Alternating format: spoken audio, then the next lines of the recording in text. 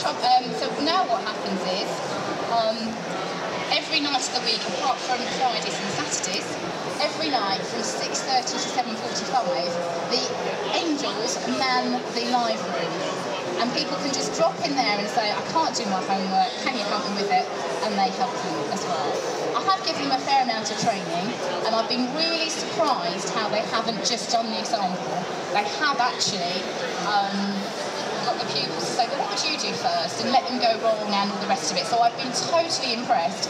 And I've said to them, when I go into university, I will write them really good references to be tutors. And the angels themselves, of course, and all these things, it's the mentors themselves who get the most out of it, probably. But the pupils have found it totally invaluable.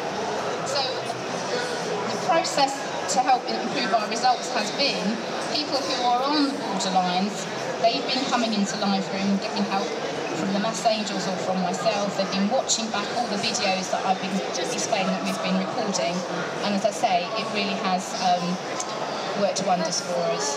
The general stand. So this is our Live Room for the pupils to go on and literally click on there, and they're into that Live Room that I just showed you. And that's it. Have you got anything you want to ask? Is it all right?